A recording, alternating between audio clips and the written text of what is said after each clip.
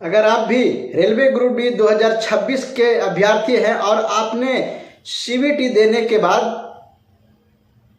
जो आपका पीईटी है और अभी बाकी है और उसके लिए आप परेशान हैं, तो साथियों ये वीडियो आपके लिए बहुत ही महत्वपूर्ण होने वाला है। क्योंकि साथियों पीटी में सिर्फ दौड़ लगाने से ही सफल नहीं हो पाएंगे। इसके लिए साथियों आपको कुछ राजनीतिक, कुछ स्टेमिना, कुछ जो आपका डेली का रूटीन है वो मेंटेन करना पड़ेगा। उसके बाद ही आप इसमें सफल हो पाएंगे। तो सबसे बड़ी बात है कि जो आपकी टाइमिंग है 4 मिनट 15 सेकेंड, उसको किस प्रकार से आप कवर कर सकते हैं, और महिला है जो उनका जो मापदंड है उसको भी आप कैसे पूरा कर सकते हैं। तो साथियों इसके लिए मैं आपको इस वीडियो में बताऊंगा टिप्स और जानकारियां कि किस प्रकार से आप ये काम करें तो आपका जो है जो कि सही हो सके। और साथियों इसमें मैं बताऊंगा कि क्या अभी से ही दौड़ को शुरू कर देना चाहिए या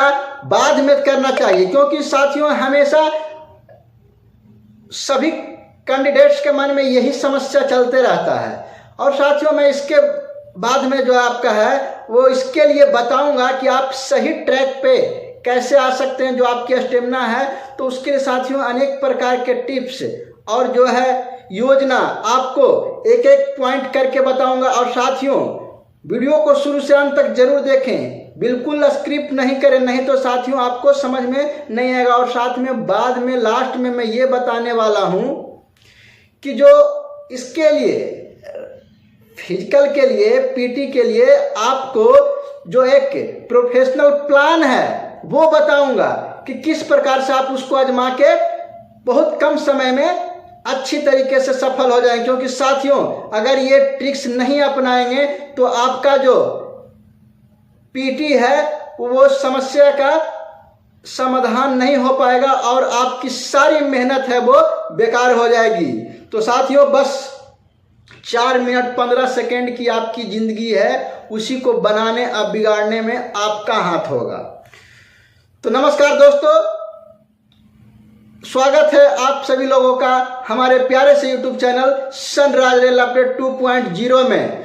तो साथियों मैं आज के मुद्दा पर बात करता हूं। साथियों अगर आपने भी पीटी 2026 की तैयारी कर रहे हैं तो ये वीडियो महत्वपूर्ण आपके लिए हो सकता है। तो यहाँ पे पॉइंट पर बात करते हैं कि पीटी को आखिरी समय के लिए ना छोड़े।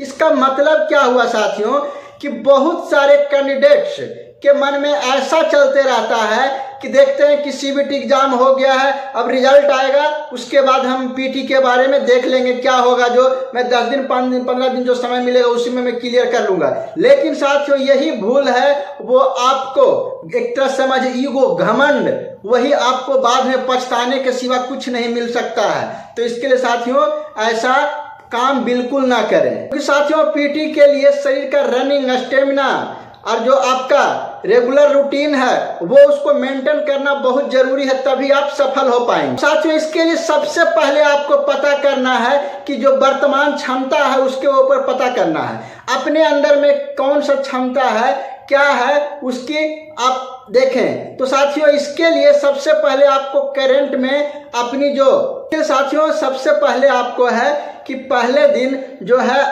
दूरी को, कम दूरी को आराम से तय करें और उसमें देखें कि जो हमारे शरीर में जो फिटनेस है, मेंटेनेंस है, वो कितना सक्षम हो पाते हैं और हम कितना समय ले रहे हैं, कितना दूरी चले, उसको एक पेपर पे नोट कर ले।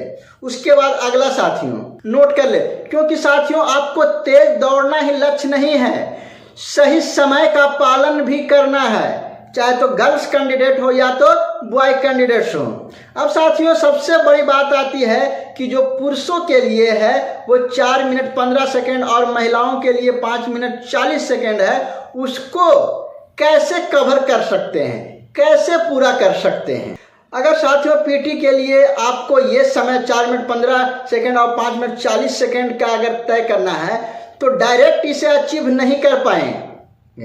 इसके लिए साथियों आपको लगातार धीरे धीरे प्रैक्टिस करना पड़ेगा, तभी हो पाएगा। डायरेक्ट अगर करने जाएंगे तो आप बीमार पड़ जाएंगे और आपसे नहीं होगा। इसके लिए साथियों पहले आप अपना जो इम्यूनिटी पावर है उसको बनाएं, फिर धीरे धीरे रनिंग को बढ़ाएं, उसके बाद धीरे धीरे इम्प्रूव करें। इसके लिए साथियों आप ग्राउंड में अगर चक्कर लगाते हैं तो 4 चक्कर तो होगा 250-250 मीटर का जो होगा आपका। तो पहला जो चक्कर है आराम से दौड़े, दूसरा चक्कर है रनिंग तथा शॉर्ट जो है स्पीड प्रैक्टिस करें, तीसरा चक्कर जो है आपका जो टाइम प्रैक्टिस करें, टाइम को मैनेज करें, और जो चौथा चक्कर है पीटी जैसा कैंडिडेट्स के लिए प्रैक्टिस। मान लीजिए चौथा चक्कर में साथियों कि जैसे कि मतलब आप पीटी में वहां पे ग्राउंड में दौड़ रहे, उस तरीके से प्रैक्टिस करना है। इससे शरीर का जो धीरे धीरे लोड है उसके आदी हो जाएंगे, अभ्यस्त हो जाएंगे, सांसें फूलना रुक जाएगी,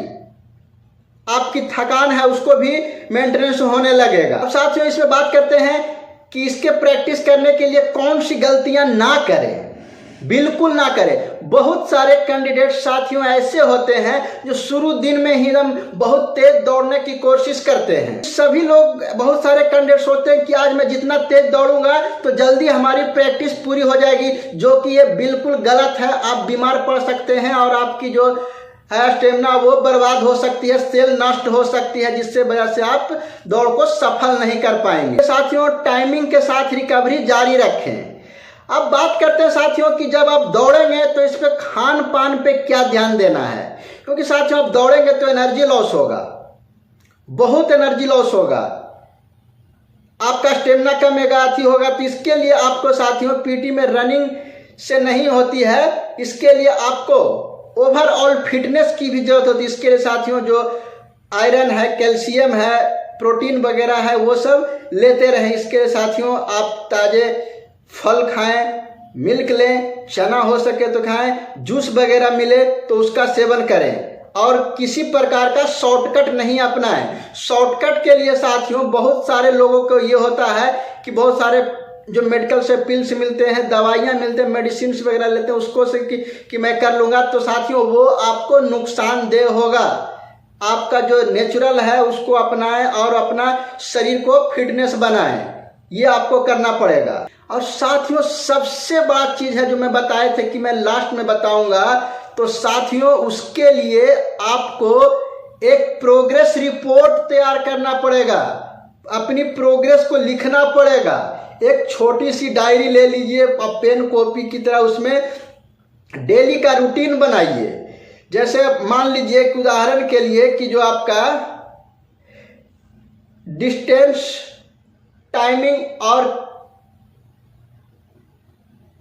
कितनी थकान हुई उस तरीके के उदाहरण साथियों मान लीजिए कि सोमवार को प्रैक्टिस करें, बुधवार को प्रैक्टिस करें, शुक्रवार को प्रैक्टिस करें, एक दिन गैप करके प्रैक्टिस करें। जब आप 2-3 सप्ताह के बाद रिकॉर्ड देखेंगे तो आपका जो ग्राफ है उसमें आप देख पाएंगे कि जो मैं पहले दौड़ते थे तो हमारी स्टेमिना, थकान, जो हमारी टाइमिंग था उसमें इम्प्रूव हो रहा है, वृद्धि हो रहा है। लेकिन साथियों आपको रेगुलर करना पड़ेगा, तभी जाके आपको ये क्लियर होगा कि दोनों में फर्क दिखेगा।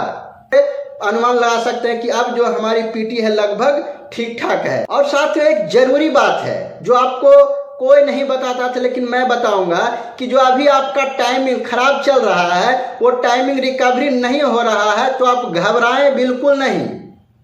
क्या करना है? घबराना बिल्कुल नहीं है साथियों। अभी आपके पास समय है, आप तैयारी करें ढंग से, आपको सफलता है वो धीरे धीरे टाइमिंग रिकवरी जरूर हो जाएंगे। तो इसलिए आप घबराना नहीं है, टेंशन में नहीं आना है, लगातार हमारे बताए हुए टिप्स को अपनाना है और प्रैक्टिस करते रहना। तो दोस्तों आखिर अंत में मैं यही कहूँगा कि जो रेलवे ग्रुप डी की पीटी है उसको आखिरी समय तक नहीं छोड़े, अभी से ही शुरू करें, आज से ही शुरू करें और लगातार शुरू करें जो मैं आपको तरीका बताए थे। फिर देखिएगा कि सोचिएगा कि साथियों कि क्या इम्प्रूव हुआ। बहुत सारे के मन में ये चलता कि चलो मैं बाद में देख लूंगा, सीवीटी हो तो जाने दो, रिजल्ट आ जाने तो दो, उसके बाद मैं करूंगा, जो कि साथियों विद्यार्थियों के लिए सबसे बड़ी भूल होती है। तो ये गलती ना दोहराएं, आप लोगों से हाथ जोड़ के मेरा निवेदन है एक रेल भाई बंधु का, क्योंकि साथियों आपको भी हमारे साथ रेल में आना है और रेल की सेवा करना है। तो साथियों ये सभी चीज़ को अपना के देखें, अगर आप सफल नहीं होंगे तो फिर हमें बताना कि आपका जो बताया हुआ जानकारी था वो गलत नहीं। लेकिन हाँ, उसको करने के लिए आपको ईमानदारी पूर्वक काम करना जरूरी होगा। तो साथियों, ये वीडियो अच्छा लगा होगा तो एक लाइक कीजिएगा, साथ में चैनल को सब्सक्राइब कीजिएगा, क्योंकि साथियों मैं आपके लिए रेलवे संबंधी महत्वपूर्ण वीडियो लाने का काम करता हूं। तो हमारा भी साथ दे, ताकि आपके एक नौकरी, एक सीट दिलाने में हमारी भी अहम रोल रहे।